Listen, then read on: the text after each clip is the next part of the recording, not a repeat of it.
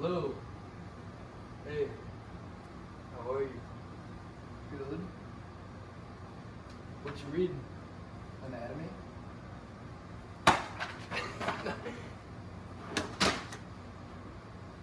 You need to read this. This. What is this? It's A Christmas Carol by Charles Dickens, the Victorian author. I don't know about this. Why? Seems boring. No! There's many different things that make that book very great. And I'm here to tell you all of them. Like what? Like the many conflicts, the plot, the setting, the character, all the wonderful things that make that book so great. You're gonna have to convince me a little bit more. And I'm about to.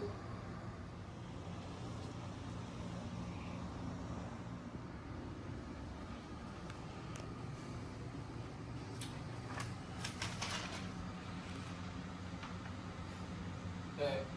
Yeah, how's it going? Hey, what are you doing there? No, I'm just studying for some anatomy. Really? Ah, man. I'm tired of people reading that stupid anatomy book. You gotta read some Victorian literature. Let me see it. If you don't know what it is, it's A Christmas Carol by Charles Dickens. Alright, boys, so you know A Christmas Carol. One of the greatest books of all time written by Charles Dickens. So basically, you all know what the elements of plots are Yeah. for books. Yeah, like the rising action, the climax, falling action. Yes. The resolution. So basically, with the exposition, that occurs when we are getting introduced to a character. The main character within the story is Ebenezer Scrooge. And so basically, Ebenezer Scrooge had a business partner named Jacob Marley. You know? Jacob Marley, yes! He's dead, guys. He's dead. And so basically, to introduce conflict within this book, Wait, that's like when the protagonist comes up with a problem with an antagonist. yes, correct. So basically, Dickens describes Scrooge's hostile attitude toward his nephew, but his ill feelings about his marriage and disdain for charity, so that makes him like a bad guy. So he's always crabby and stuff. Yeah. So that makes him hate the holidays. This Right. is all starting to come back to me now. Yeah, so that is why you learn that Scrooge is bah humbug. Humbug! And so then you reach to the rising action, and so basically Dickens meets Marley's ghost, and his ghost comes in, and he tells Scrooge that he's going to get visited by. The three ghosts. Yes, correct. You know, what are the ghosts? Like the ghost of Christmas past, Yeah. present, Yeah. and yet to come. Oh, yes! Yes, that's Wow. it! Yes. Yes, wow. Yes. And now the climax. This is where. Oh, no! I know this one. In A Christmas Carol, Scrooge reaches his most desperate point when the ghost of Christmas yet to come appears. Oh, yes. Yeah, you are so like when the correct. ghost of Christmas yet to come comes, like that's like the climax. Yes, because he's dark, he's scary, and Yeah. whatever the future holds, that you never know. You never so Scrooge know. he's kind of Yeah. scared. And so then the end, you reach the resolution. The falling action kind of goes in with the resolution because really there's only one. The falling leads into the resolution. Yes, but it's kind of hard to.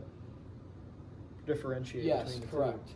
So basically, he gets met by the ghost, and he sees what is yet to come, and he gets scared. Yes. Because if he doesn't change his ways of bah humbug, he's gonna bah humbug to the ground, two. under Yeah, 6 until feet it- under. Yeah.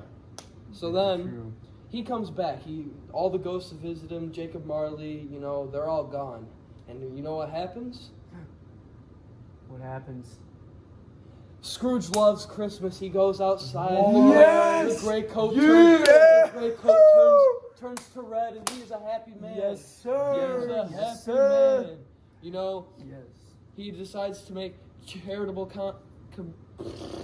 contributions and attend his nephew's Christmas dinner as part of the story's resolution. He's a happy man. He is ecstatic. Bah humbug no more. Yes. Bah humbug no Yes. more. Yes. Right here on three. Bah Yes. humbug no more. One, two, three. Bah humbug no more. Hey. So in A Christmas Carol, they use characterization to get us to know Scrooge. So Dickens says, Oh, but he was a tight-fisted hand at the grindstone. Scrooge, a squeezing, wrenching, grasping, scraping, clutching, covetous old sinner. And then they use indirect characterization. So that's what Scrooge is saying in his actions and stuff like that. You know, so he says, I wish to be left alone. I don't make merry myself at Christmas, and I can't afford to make idle people merry.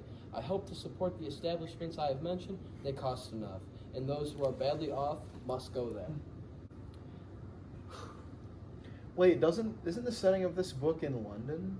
Yes, you are During correct. the 19th century, was it? Yes, that's Okay, I exactly. thought so. And it's over various parts of the city because that's what helps create a cold and gloomy atmosphere throughout the book because the setting is representative of the character.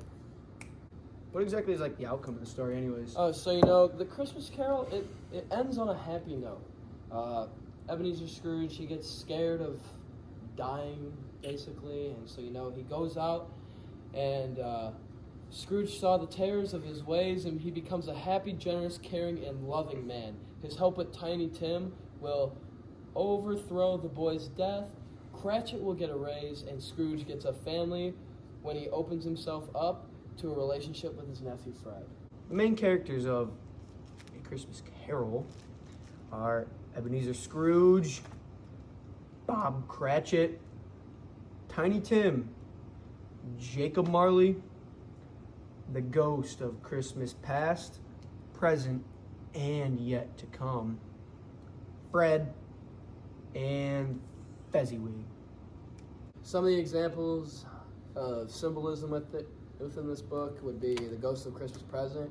He represents Christmas joy, kindness, generosity, and peace. An example of themes throughout A Christmas Carol also, people can change, also expressed as mankind can be redeemed. Acts of kindness enrich the spirit and lead to more acts of kindness by others. Factual. Unless society reaches out to help those less fortunate and in need, especially children, society is condemned. / doomed. Another one, the way man treats others is more valuable than the man's possessions. And the last one we have man's offensives carries its own punishment. All right, so the last example we have foreshadowing. So in A Christmas Carol it says, "So I pray you hurry back to your seats refreshed and ready for a miser to turn his coat of gray into a blazing Christmas holly red."